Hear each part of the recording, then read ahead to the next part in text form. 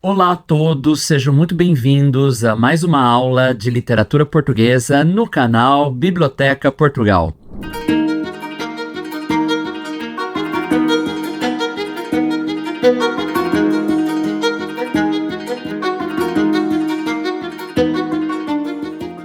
A aula de hoje incide num poema do Camilo Peçanha, um dos poemas do díptico Paisagens de Inverno. A pergunta que eu vos faço a princípio é: já repararam como para muitas pessoas torna-se difícil fazer uma análise de um poema simbolista? De um poema de algum autor do simbolismo? Principalmente considerando essa linguagem muito mais marcada por sugestões, essa linguagem muito mais marcada por alusões, mais fragmentada, muito mais composta por símbolos, e os símbolos eles têm várias camadas interpretativas. Então, esse tipo de poema requer que nós tenhamos um aprofundamento maior na questão da linguagem. Ver como que estes poemas compõem paisagens exteriores que são relacionadas a paisagens interiores, a paisagens de um eu lírico que se externalizam a partir de metáforas, metonímias, símbolos, sinestesias, numa correspondência entre os vários sentidos. Ora, o poema que eu aqui vos trago é o segundo poema do díptico Paisagens de Inverno, cuja leitura faço a seguir. Passou o outono já torna o frio, outono de seu riso magoado. Auge do inverno, oblíquo sol gelado, o sol e as águas límpidas do rio. Águas claras do rio, águas do rio, fugindo sob o meu olhar cansado. Para onde me levais, meu vão cuidado? Aonde vais, meu coração vazio? Ficai, cabelos dela flutuando, e debaixo das águas fugidias, os seus olhos abertos e cismando. Ondides a correr melancolias, e refratadas, longamente ondeando, as suas mãos translúcidas e frias. Se nós formos ver neste poema, que apresenta, é um soneto e, portanto, são 2 quartetos e 2 tercetos, são 2 estrofes com 4 versos cada e 2 estrofes com 3 versos cada, nós vemos nos quartetos, nós vemos aquilo que está acima das águas. Nós temos as águas, nós temos a paisagem do rio, a paisagem aquática, mas com imagens em movimento, água em movimento, tal como em muitos poemas do Camilo Peçanha, que estão fechados num livro chamado Clepsydra, e Clepsydra está relacionado ao relógio de água, a ideia da água que corre no relógio de água e, no sentido mais conotativo, a passagem do tempo e a proximidade com a morte. Ora, neste poema, nós vemos essa passagem das águas, nós vemos visões, sensações fragmentárias e aparentemente desarticuladas. Isso é a leitura de Jacinto do Prado Coelho, de que essas visões, sensações fragmentárias e aparentemente desarticuladas estão relacionadas ao inconsciente, porque aparece uma ideia de passagem, da mesma forma que ao suceder das estações há o fluir da água. Ora, nós vemos o suceder das estações em passou o outono já, e do outono, nós temos o inverno, a passagem do outono para o inverno, um inverno extremamente frio, álgido, gelado, glacial, por isso a palavra auge do inverno, reforçada pela palavra gelado, do sol oblíquo, e nós vemos essas águas, essa visão de cima com relação a essas águas. Nós temos as águas que são águas límpidas do rio, águas, na primeira estrofe, águas claras do rio, águas do rio, na segunda estrofe. Na terceira estrofe, nós temos as águas fugidias, e essas águas fugidias que provocam todo este movimento. As imagens são fugidias, as imagens estão em movimento. Da mesma forma que ao suceder das estações, no pretérito perfeito, passou o outono já torna o frio.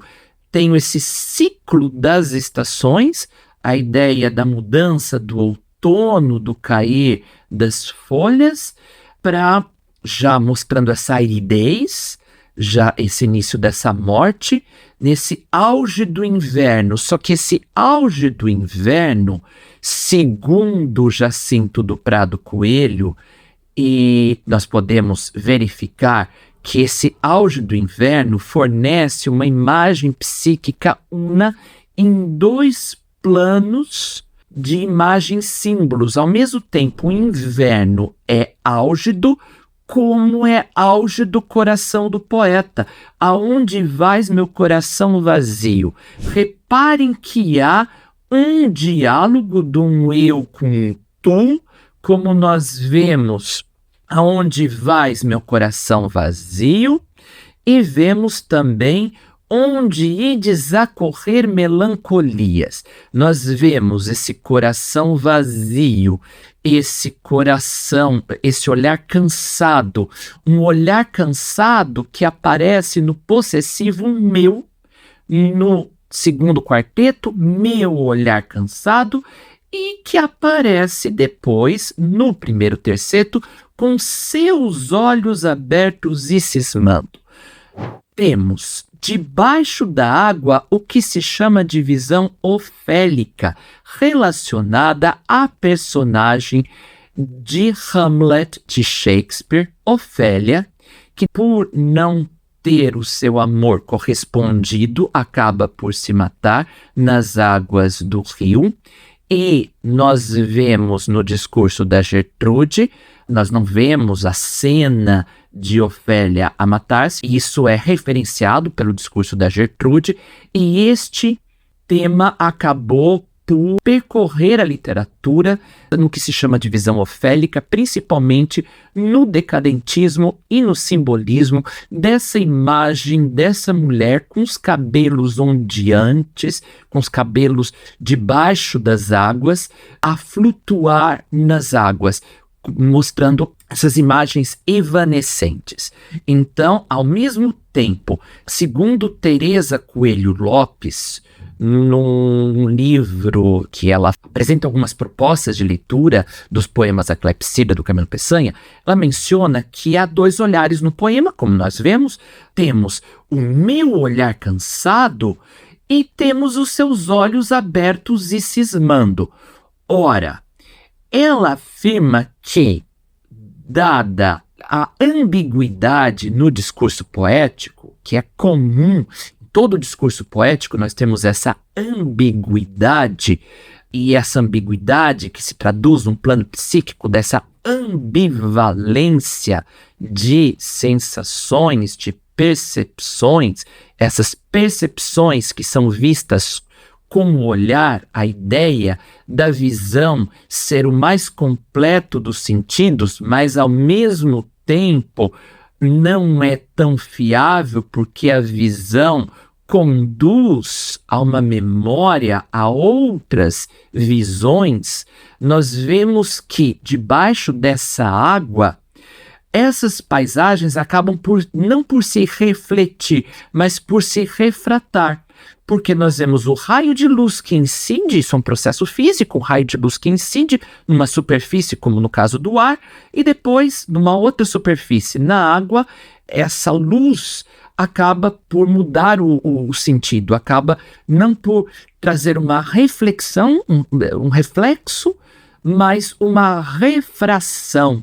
A onda acaba por se deslocar. Então nós temos essas mãos translúcidas e frias, a ideia do translúcido como essa passagem de luz que incide num determinado objeto, mas que faz com que a visualização do objeto não seja nítida.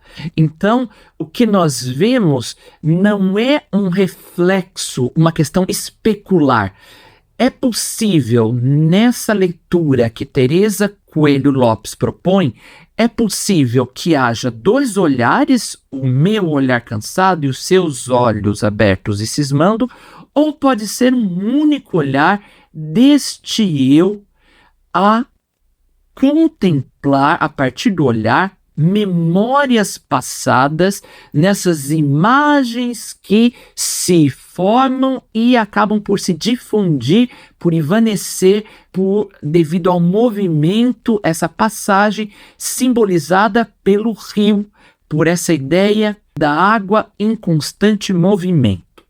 Ora, então é possível nós verificarmos essas imagens ofélicas como um símbolo daquilo que acaba por não se fixar, por algo submerso nessa memória. Essa matéria líquida da água, do rio em movimento, está relacionada ao espaço interior, a essa memória condenada a fugir e a se perder. Como nós vemos, por exemplo, essa ideia de mudança, de rapidez, não só na mudança das estações, como na rapidez das águas, nós temos no segundo quarteto, Fugindo sob o meu olhar cansado, e temos o Águas Fugidias no primeiro terceto. No segundo terceto, o Longamente Ondeando. Temos o longamente ondeando, tem na própria estrutura, na própria camada fônica do poema, este movimento dessas imagens que são evocadas pelo olhar e que acabam por não serem fixadas. Tudo está debaixo, nós temos o sob e o debaixo, tudo está debaixo dessas águas do rio. Todo esse passado, todo esse devaneio, todas essas sensações fragmentárias, desarticuladas, ligadas ao inconsciente, que aparentemente é desconexo, mas acaba por se integrar nessa mistura com essas analogias, segundo a leitura do Jacinto Prado Coelho, que permite que nós percebamos essa imagem psíquica una nesses dois planos de sentido do poema, ao mesmo tempo que essa paisagem exterior é álgida, é gelada, é glacial, ao mesmo tempo o coração é vazio, é árido, é gélido, é marcado por essa melancolia, entendendo melancolia no sentido atribuído por Freud no ensaio Luto e Melancolia, segundo o qual a melancolia é uma perda de um objeto inconsciente, ao ponto que o sujeito acaba por se confundir no próprio objeto. E por isso podemos ler essa visão ofélica com essas metonímias, cabelos dela, seus olhos, as mãos translúcidas e frias, como essa dissolução da própria memória deste passado, deste sujeito. Então, essa é uma proposta de leitura deste poema, cujo primeiro verso é Passou o outono já torna o frio, que faz parte de Paisagens de Inverno, do livro Clepsydra, do Camilo Peçanha. Então, por hoje é só, até a próxima.